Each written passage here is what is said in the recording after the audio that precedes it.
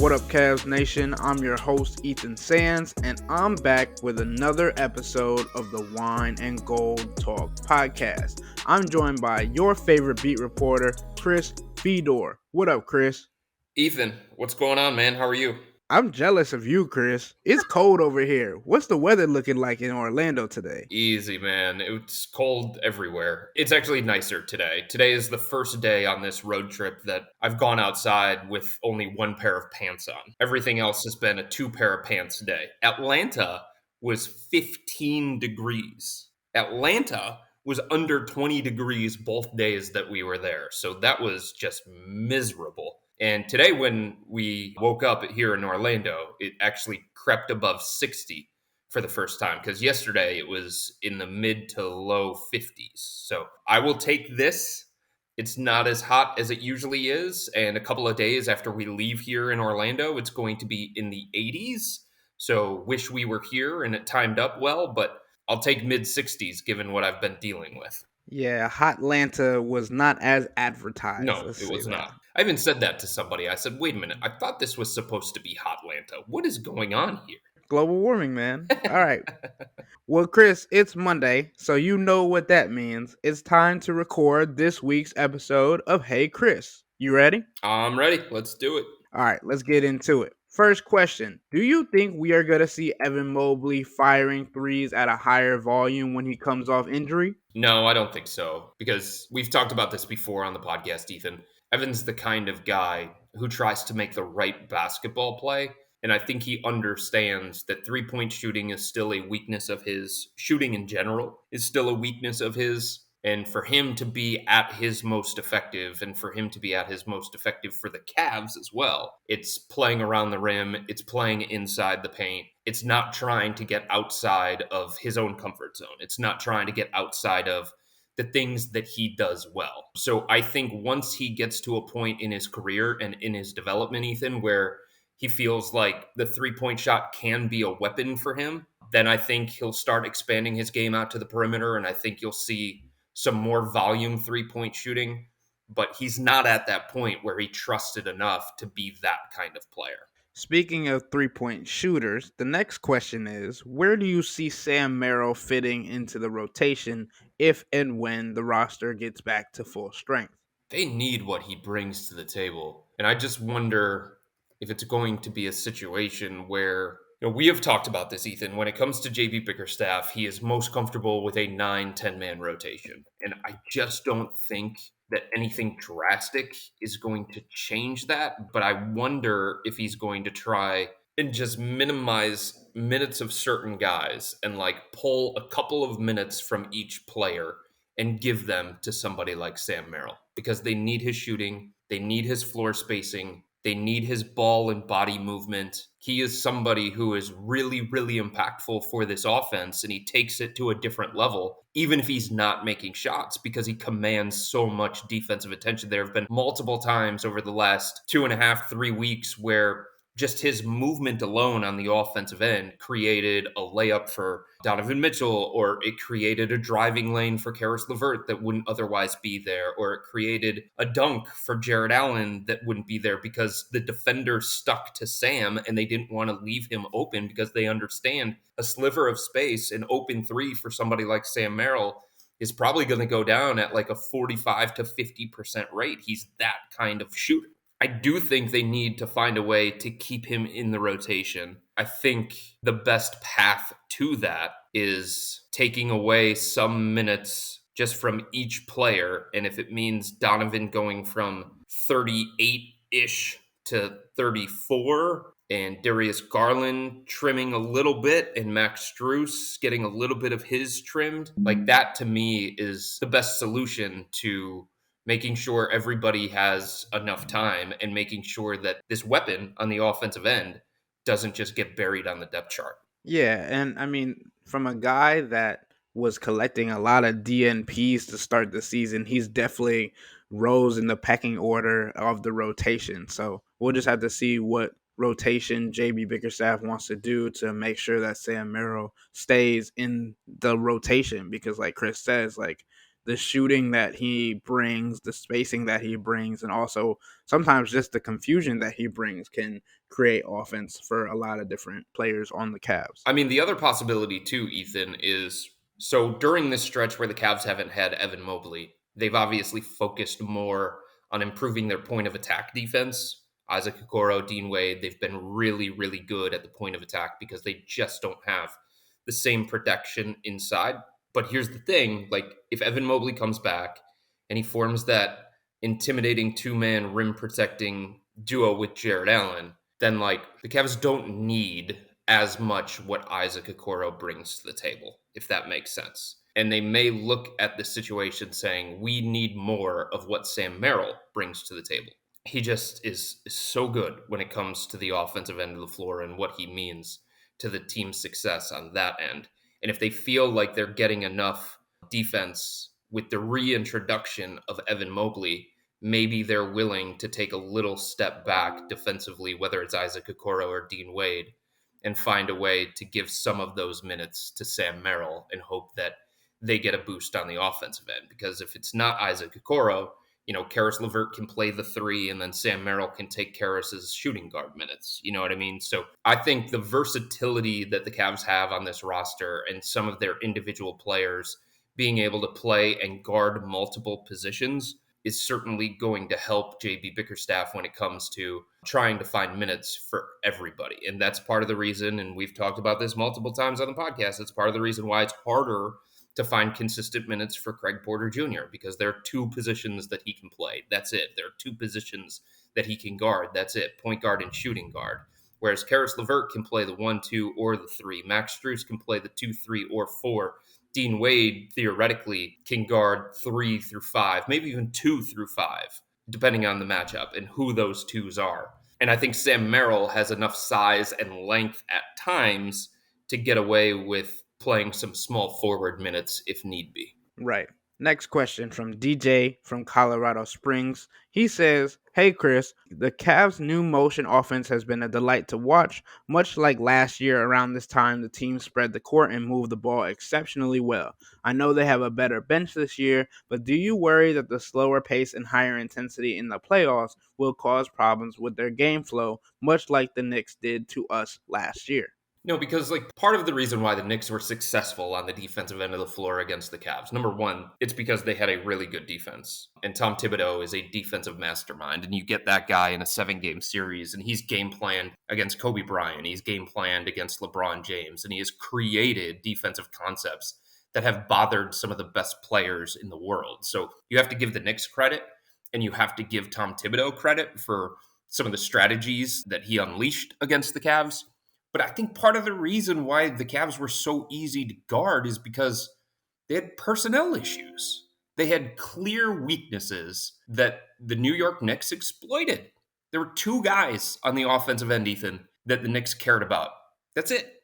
Darius Garland and Donovan Mitchell. Everybody else, they were like, Isaac Okoro is not going to beat us. Jetty Osman's not going to beat us. Evan Mobley's not ready for this stage, and he's not at a stage of his own development where, he can make us pay in 4-on-3 situations, and he can make the right decisions, and he could finish over the top of Julius Randle and Mitchell Robinson and Isaiah Hartenstein, and we're not all that worried about Jared Allen because he doesn't have a whole ton to his offensive arsenal. So if we go all the way back to April, that version of the Cavs was very, very flawed. And that version of the Cavs was easy to guard. They didn't have guys that created the movement that Max Strus and Sam Merrill have been able to create, right? They didn't have the floor spacing guys like Max Strus, Sam Merrill, George Niang. Karis LeVert wasn't playing the way that he has played this year for the Cavs. He was coming off a regular season that was one of the worst in his entire career.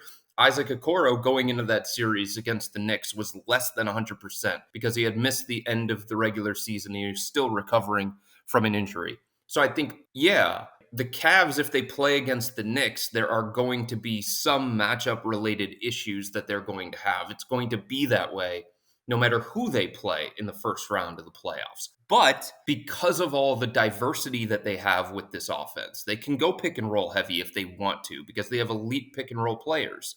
They can move around off the ball because they have guys who can create that movement. They can run at times their offense through the bigs because Jared Allen has shown to be a bit more of an offensive hub and a bit more of an offensive fulcrum than he was last year, at least more comfortable in that particular role.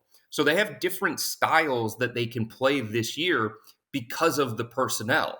And they just couldn't play multiple styles last year because they didn't have the personnel to match those things. And JB Bickerstaff didn't have very many options that he could go to off of his bench to create a different style of offense and to create some openings for Donovan and Darius and try and make things easier on them. So I think given the personnel additions this past offseason and what the Cavs have been able to find within the offense during this particular stretch is going to better help them when teams gear up to try and take away what it is they do best. This time, if teams try to take away what they do best, the Cavs have more potential counters because they just have more arrows in their quiver. Right. And I couldn't agree with you more, Chris. Like, the team itself is just so much better than it was last year. And we see the growth that they're making, not only with players being out, but also understanding that they're growing into the schemes that they have set. They are finally understanding what game styles work best for them on a nightly basis.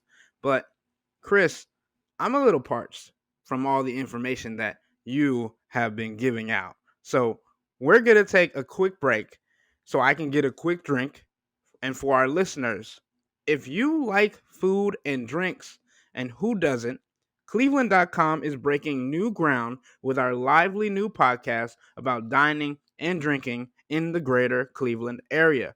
Hosts Josh Duke and Alex DeRoos crackle with their fun talk about the latest foodie happenings, joined by the most in the know experts in town, Mark Bona, Paris Wolf, and Pete Chakarian. It's called Dine Drink CLE, and you can find it anywhere you download podcasts. Give it a listen and quench your thirst and feed that appetite. When we come back to the Wine and Gold Talk podcast, we're going to discuss how Jared Allen and Evan Mobley will adapt to being in the same paint with each other once again. But before then, become a Cavs insider and interact with Chris and I by subscribing to Subtext. Let us know if you think the Cavs should stick with a four-shooter starting lineup or if the Twin Towers in the paint is your preferred look for the Cavs. Sign up for a 14-day free trial or visit cleveland.com/Cavs and click on the blue bar at the top of the page. If you don't like it, that's fine. All you have to do is text the word stop. It's easy, but we can tell you that the people who sign up stick around because this is the best way to get insider coverage on the Cavs from myself and Chris. This isn't just our podcast, it's your podcast. And the only way to have your voice heard is through subtext. We'll be right back.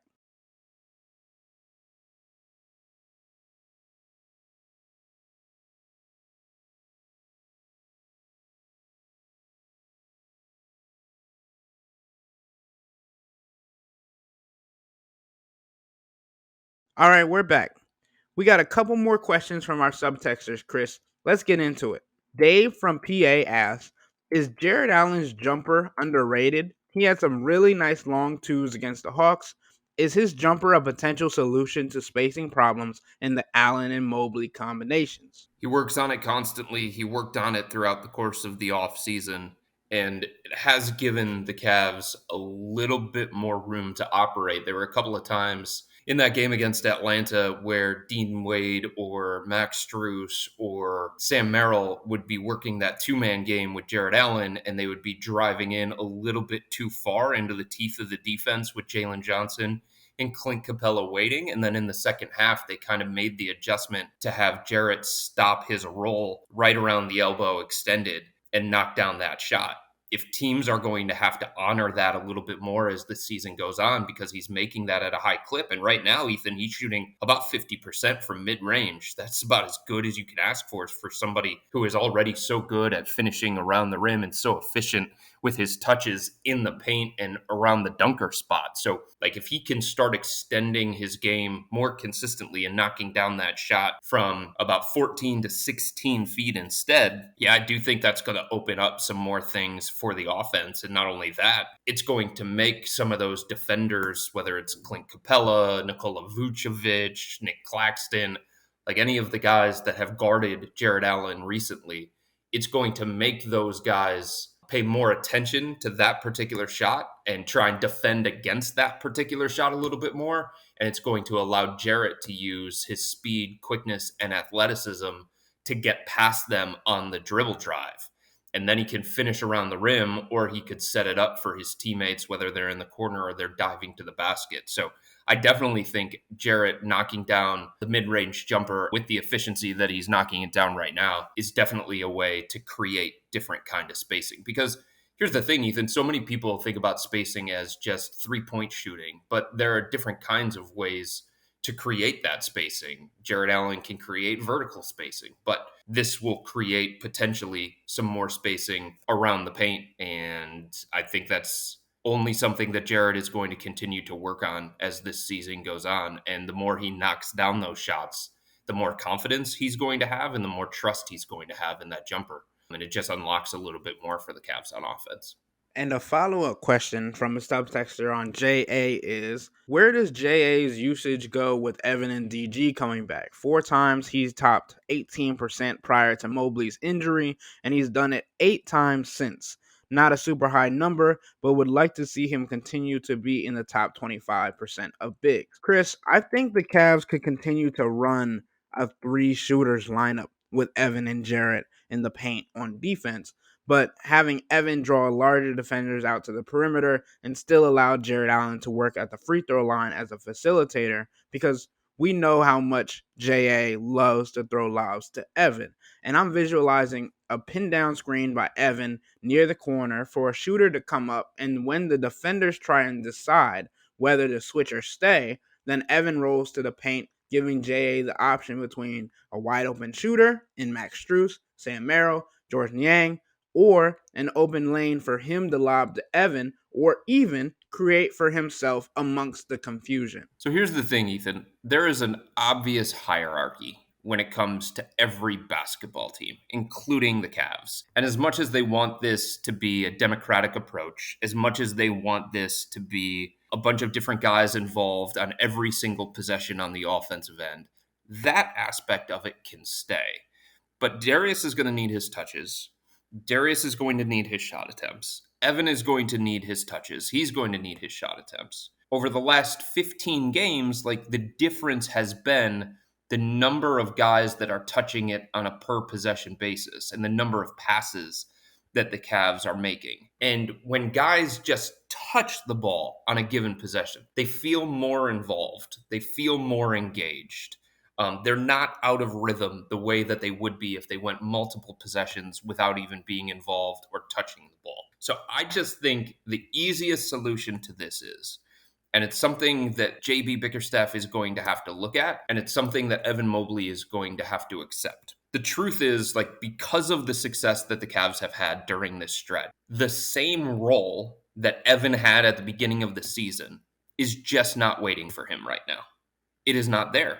It is not the best thing for the Cavs to have him being used that way, get that many shot attempts per game. It's not. So because Jarrett is a more polished offensive player, and because Jarrett looks more comfortable as being that touch big man that can create offense, create triggers and things like that, Evan is just going to have to take a slight step back in terms of shot attempts, in terms of usage, and in terms of touches.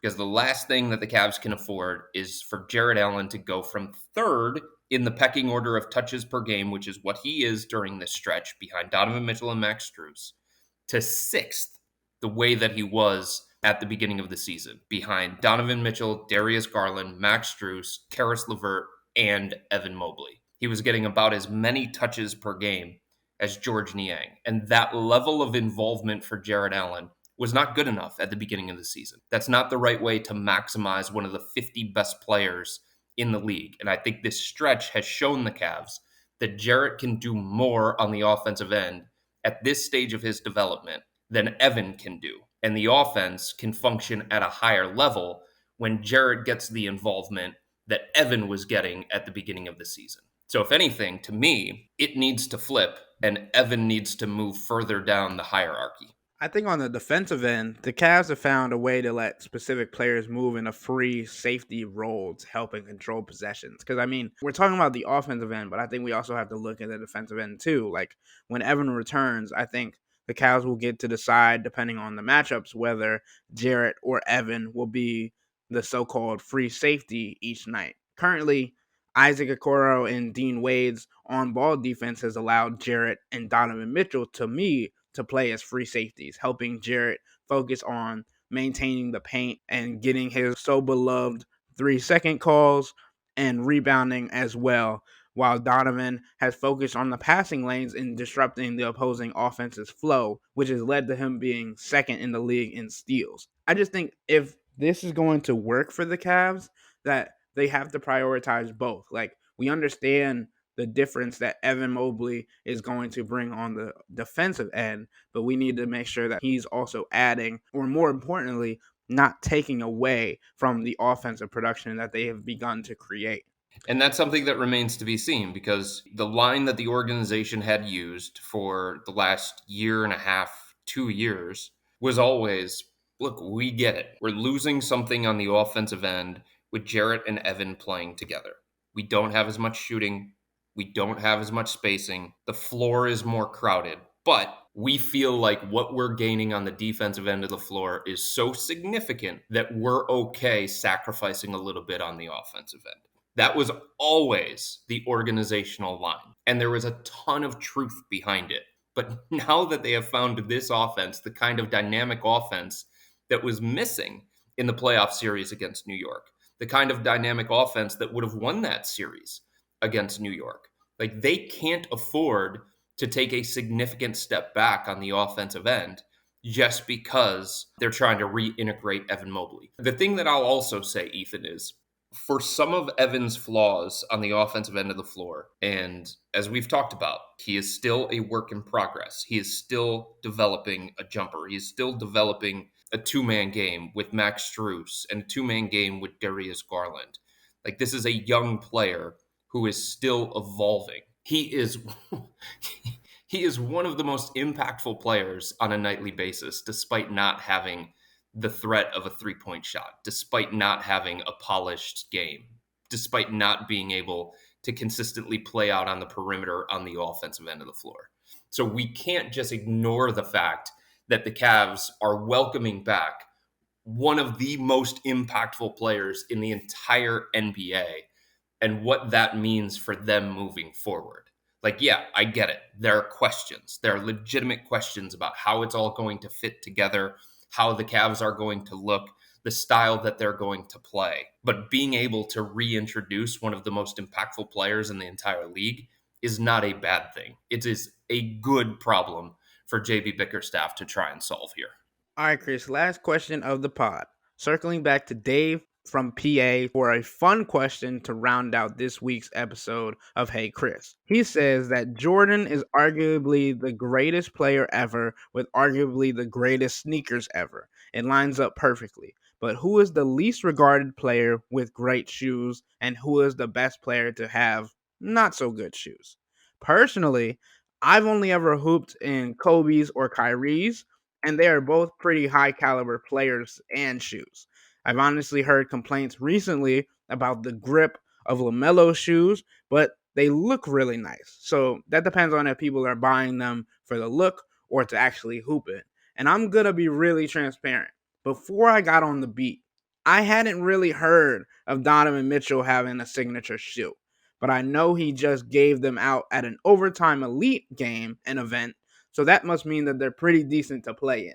So if I had to say a player that has a nice shoe and is pretty high regarded in the NBA, but they're not the best to play in, I would have to say LaMelo just because of what I've been hearing lately. And then a good player that has good shoes that hasn't been highly regarded in the shoe market, I would say Donovan Mitchell. Yeah, I don't know. I mean, I've always hooped in Nikes during my basketball playing career that has long ended. So it's hard to speak on, like, if I put on a pair of Donovan Mitchell sneakers or if I put on a pair of LaMelos, are those going to be comfortable? Are those going to be something that help me on the basketball court?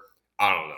I look for how cool shoes look. I look for colorways. That's where I'm at. As somebody who considers themselves a sneakerhead and tries to match their shoes with the outfit that they're wearing and look at different designs and different colors, I don't focus as much on comfort as I do on style and look. I have multiple pairs of Jordans. I've got ones, I've got the Concord 11s, I have Nike Pegasus. I have a pair of Kyries. I have a pair of Donovans. I have a pair of LeBrons. So I'm all over the map. And for me, it's just, do they catch my eye when I go into a Nike store or an Adidas store or a Dick's Sporting Goods or something like that?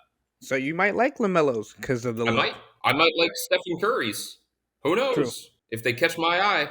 I mean, I was in the Nike employee store in Portland when we went on that road trip, and there was a pair of Damian Lillard's that caught my eye. There were a pair of Giannis shoes that caught my eye, just because of how they looked when they were on the shelf. Now, I tried both on, and I didn't love the way that they looked once I was wearing them, and I didn't love the way that they felt once I was wearing them. But that's just me because I got weird feet. Low arches. Not a good thing to have, Ethan. And with that, we will wrap up today's episode of the Wine and Gold Talk podcast. But remember to become a Cavs insider and interact with Chris and I by subscribing to Subtext. Sign up for a 14-day free trial or visit cleveland.com/Cavs and click on the blue bar at the top of the page. You can let us know whose shoe you would want to wear if you had an NBA sneaker you would want to play in, and if you decide if you're gonna get a shoe based on what it looks like or how it feels or how you play in it. But if you don't like it, that's fine. All you have to do is text the word stop. It's easy, but we can tell you that the people who sign up stick around because this is the best way to get insider coverage on the Cavs from myself and Chris. This isn't just our podcast, it's your podcast, and the only way to have your voice heard is through Subtext. Y'all be safe. We out.